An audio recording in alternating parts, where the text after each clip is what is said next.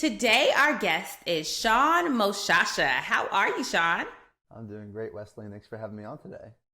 Thanks so much for joining us. So, let me tell you guys a little bit more about Shaun. He identifies opportunities and connects dots. Although he's playing in the biotechnology space, his activities have spanned fields as diverse as agriculture, consumer products, education, medical devices, and diagnostics in both for profit and nonprofit. He has achieved various success from his endeavor. Three of the companies he has co-founded are currently worth over $25 million combined. However, these successes have come at the cost of many failures, hardships, and hard-won lessons. Shaun's successes give him validation and his failures give him determination. Those are the elements that drive any salesperson or entrepreneur to accomplish great feats. Shaun restlessly strives for greatness by simply connecting the dots. So, you are definitely somebody who has spanned many different industries. So, let's talk about how did you get into what you're doing today? That's a great question, Wesleyne. It's definitely a long and winding road, but it's a fun one. So I am currently the customer experience lead, the head of customer experience at a company called Luminostics. Luminostics is a company that manufactures and sells COVID diagnostics. So this is a startup that the founders started this 6 years ago. It was a PhD project that they spun out, and it was only last year, once the COVID hit, they kind of pivoted very rapidly. They worked with the NIH and received lots and lots of funding. And as of January 8th, I believe, they sold their first product to their first customer, and I had the honor of delivering that product my first week at working. So it's been a wild ride for the company, and I came in at a very pivotal moment where now they have customers and now they need somebody to kind of take the lead on that. What does that even look like? Right. So the company that you're working for, did they just sell their first commercial product after 6 years or their first COVID product after 6 years? Commercial. See, that's really good because so many people think that, I'll hang my shingle and I'll start selling something tomorrow, right? But it took 6 years and then a worldwide pandemic for them to receive the funding that they needed to actually produce. That's right. That's right. One of my favorite quotes is the overnight success took 10 years in the making. Right? No one sees the back work that goes into it. Yes, all of the stuff that goes on behind the scenes, right? Because building a company and really getting customers, it takes so much to actually get there. So you mentioned you're the head of customer experience. What does that even mean? I kind of had to learn that on the fly, and I'm still learning that on the fly. When my boss brought me in, the role was, make sure phone support, technical service, all those core elements that you want to call into a company if you have any issues with the product, make sure those are all buttoned up. Okay, first and foremost, got it. That's the core element. The second is like, all right, now make sure, the customer, we have a good relationship with the customer. Now that's a little bit more nebulous, right? And I have to kind of identify and define what that means, especially in a startup company where we just released our first product. Of course, there's going to be bugs. So it's kind of my job to make sure that we develop a good relationship with the customers so that when there are bugs, the customers aren't just going to dismiss us and write us off, but they're going to work with us and say, all right, we understand where you are. I'm glad that you're working with us. Let's continue to work together. And now it's actually expanded a little bit further where I've realized that the customer experience is the entire journey from the moment of first awareness of the product itself through the sale of the product and then finally through the conversion of that customer from a customer to a loyal advocate. So that was actually going to be my next question. How do you interface or interact with the sales team? Like at what point in the sales process are you getting involved?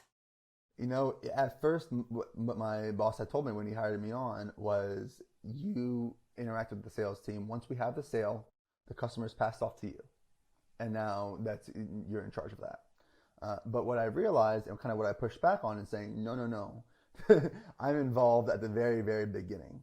I shaped the entire sales process, because after hearing some of these sales stories, I recognized that some of the customers weren't getting good experience. And that's part of the reason that they were turned away. And I realized that's a huge missed opportunity. And furthermore, that reaction, the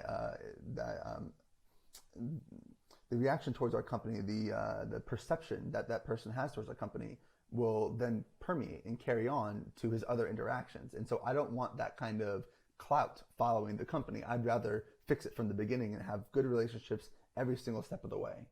So right now, I actually sit in the same office as the head of sales, and we collaborate almost every day. So, salespeople are salespeople. And so my question is, when you first had to bridge that gap in terms of saying, okay, I'm the head of customer experience, you're the salesperson, let's work together. How was that perceived? And how did you overcome any challenges you may have experienced? Yeah, no, it's interesting, and I think what you're getting at is the territorialism. Yeah, that's what we can call it. Yep, salespeople and sales departments are very territorial. They're like, this is my customer, and if you come in and say anything and make me lose the sale, I'm gonna be mad at you forever. Yeah, no, that's really interesting. I think I perceived that and I felt that a little bit at the beginning.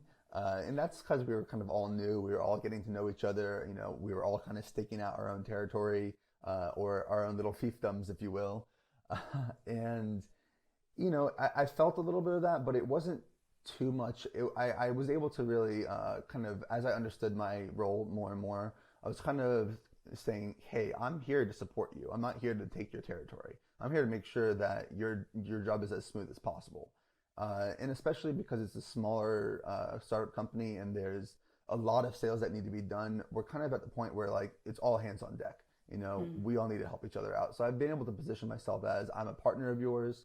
I'm a pseudo sitting on the sales team with you guys. I'm helping you guys get sales, but really, and at the same time, part of my job has now transitioned into I'm trying to build out the actual full marketing arm of this as well. Because marketing and customer experience go hand in hand.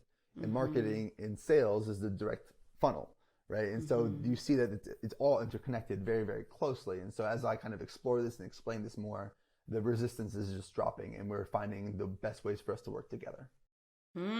So you're like the glue that's connecting sales and marketing with the customers. I love it.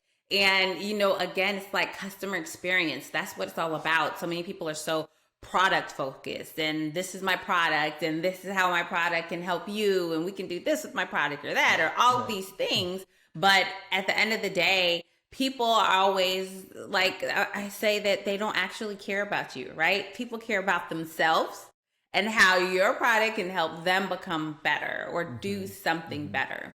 So when you think about some of it sounds like you had some growing pains in your current position and kind of working within the sales organization. So I'm curious, you didn't have any customers, but you had to build out this whole customer experience program platform. What was that like for you? How did you, let's start with there. What was that like? Sure. So we did have one customer. Okay. A single customer. It was a large customer, and so that was kind of beneficial in the beginning because it was like, Shaun, focus on our one customer, make sure that they have a good experience. And through doing that, which was me just having phone calls, going to visit them on site, kind of chatting with them kind of offline, and not in official capacity, but more of a developing a personal relationship with them. Right. As I was able to do that more and more, I started to kind of recognize and extract the elements. All right, this is what good customer experience looks like. I understand. Okay. And so I'm able to kind of pull those out, and I've been developing this whole this document protocol of what does customer experience look like at Luminostics. So it was actually very beneficial to be able to work with a single customer because, we're kind of fumbling along together, right, and building that out together. And the grace that you get from people that you develop a good relationship with is it's tremendous. And so I understand at the end of the day, right, it's all people to people. Right? When you call into a service department and you get that litany of computerized phone calls and you have to press all those buttons, we all know how that feels.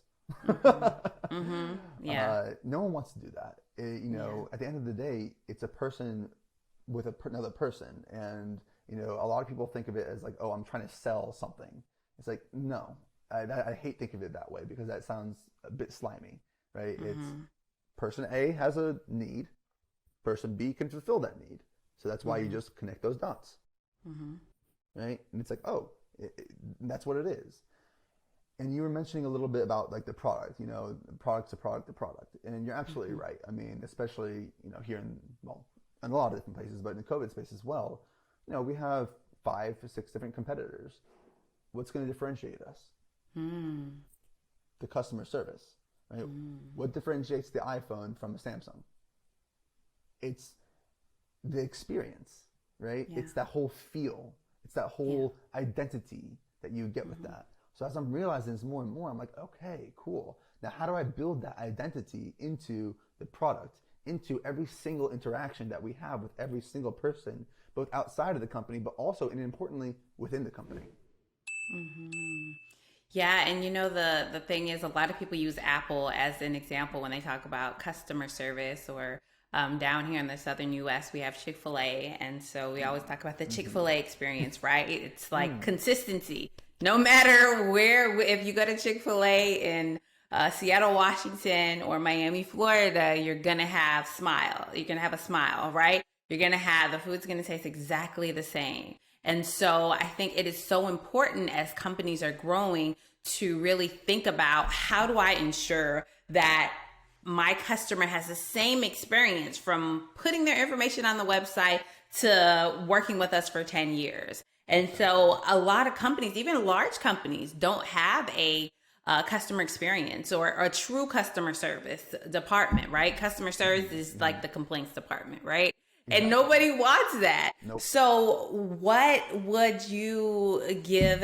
type of tips would you give a sales manager, a sales leader who may not have the capacity or the funding to have a separate customer experience department? What could they do within their department to ensure that their salespeople or their inside salespeople or even their customer service people are providing that true customer experience? It's a great question. You know, and this is something I'm trying to, you know, discuss and explore with my boss right now. And the difficulty is it's a little bit amorphous, right? It doesn't have a very tangible thing. The bottom line is it's kind of what you said. In Chick-fil-A, everyone greets you with a smile.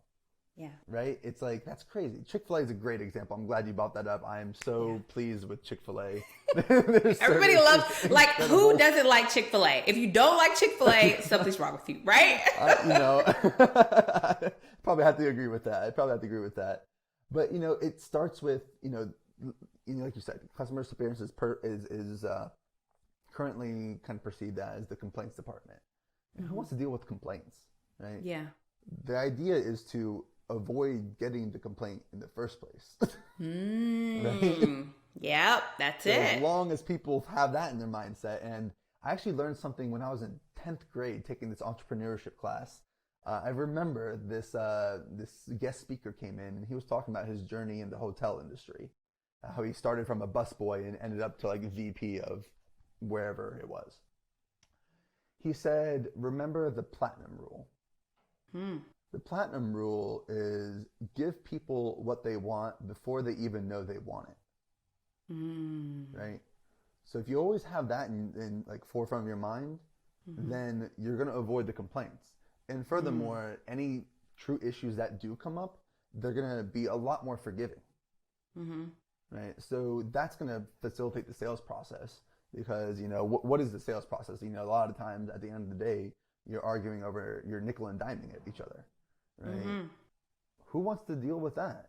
You know, if you want a long-term relationship, that nickel and dime that you're going to spend is going to, you know, end up detracting from the long-term relationship that you have with the customer. And I actually developed a formula that says, all right, what's your burn rate for the company? All right, what is this sale actually worth to your company? Okay, therefore, what is that delta that you're trying to get from the nickel and dime? You're trying to get $1 extra per test, for example. Right. If you spend more than 2 weeks trying to nickel and dime for that $1, you're actually losing money because you're not fulfilling that. You're not selling what you need to from your manufacturing arm. Right. So you're actually losing money if you spend more than 2 weeks trying to nickel and dime. right? So it's not just about getting the bottom line as high as possible, but Right. recognizing that when you build in customer experience to that, it might be perceived that the bottom line is a little bit lower, but in reality, you're able to sell faster. Mm-hmm. And we're in the time game at this point, right? Yeah. We just need to keep going, manufacture, sell, because the world's constantly moving. Yeah. And you know, at the end of the day, if you identify the true problem, and so a lot of people talk about pain, but I like to talk about a problem because a pain is annoying, right? Like, oh, my head hurts, that's annoying, right? Right. But a problem of my head hurting is if I have migraines every single week and I'm a salesperson and I can't get out there and sell. That's a problem, right? So if you knock on my door and you say, I have the solution that's going to make your migraines go away, and I'll sell it to you for $150 a week.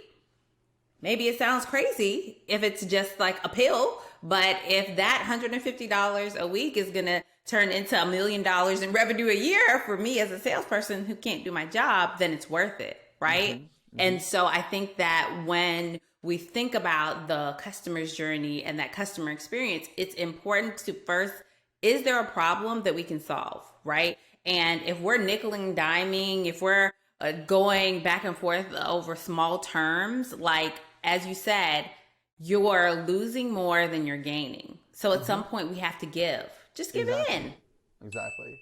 And I actually, like I said, I developed a formula for this, and the reason I did that was so I could communicate that message to my sales team and to my CEO, and to say, you're trying to nickel and dime, but you're missing out on the broader opportunity when you do this.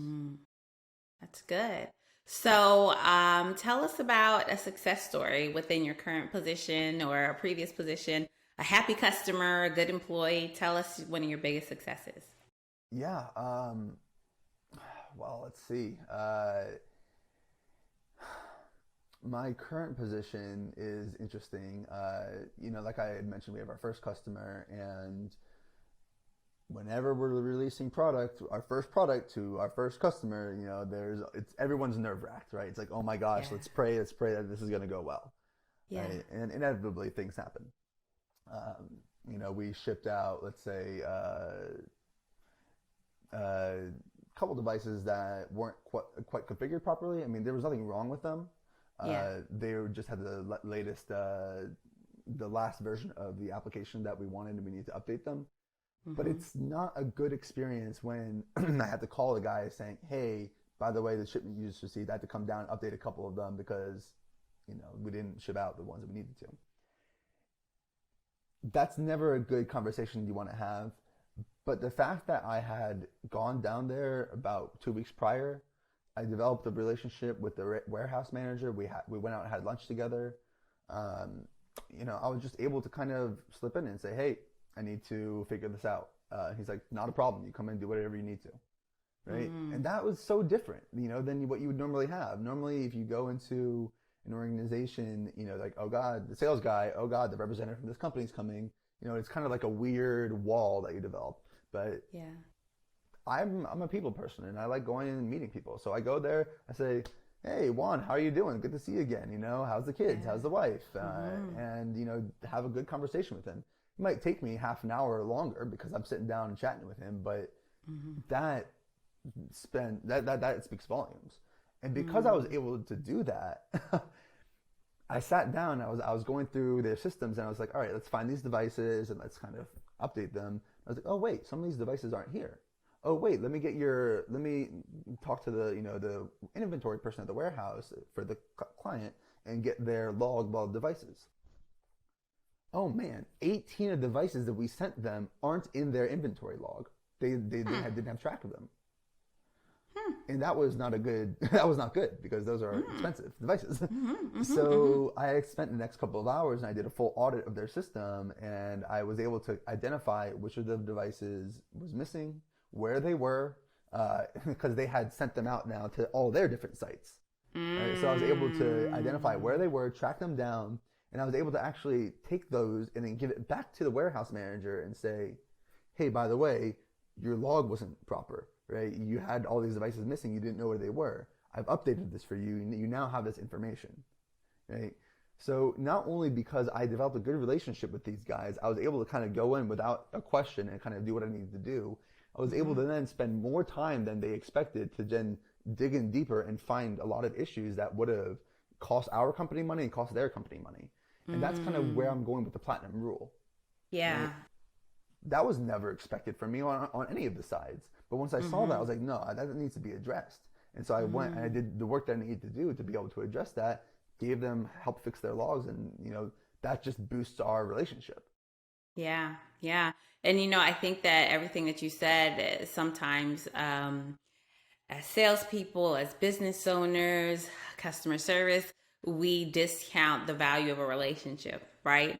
And sales is not only about relationship building. Some people take it all the way to the left and they just want to go have coffee and drinks and fishing all the time. And, you never get any sale, but there's a good balance. And when you establish a relationship before there's a problem, like you said, you just walked in and you said, oh yeah, I needed to do this, this, and that. And they're like, yeah, sure, no problem. You have full access to it because you already established a relationship. Exactly. Once there is an issue, it is so much harder to double back, to say, oh, okay, let me take it a couple of steps back. So awesome.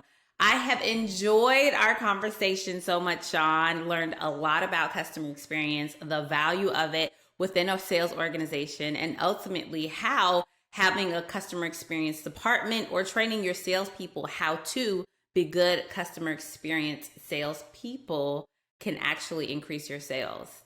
If anybody wants to get in contact with you, what is the best way? Sure. Well, you can find me on LinkedIn. I have a very unique name, Shaun Moshasha, ShaunMoshasha. If you Google me, I will pop up. LinkedIn is a great way. That's probably the best way to do so. Awesome. Awesome. Well, thanks so much again for joining me for a nice little chat and learning about customer experience and how it can increase your sales. Wesleyne, it's been a pleasure. Thank you very much for inviting me onto the show. I've really enjoyed this.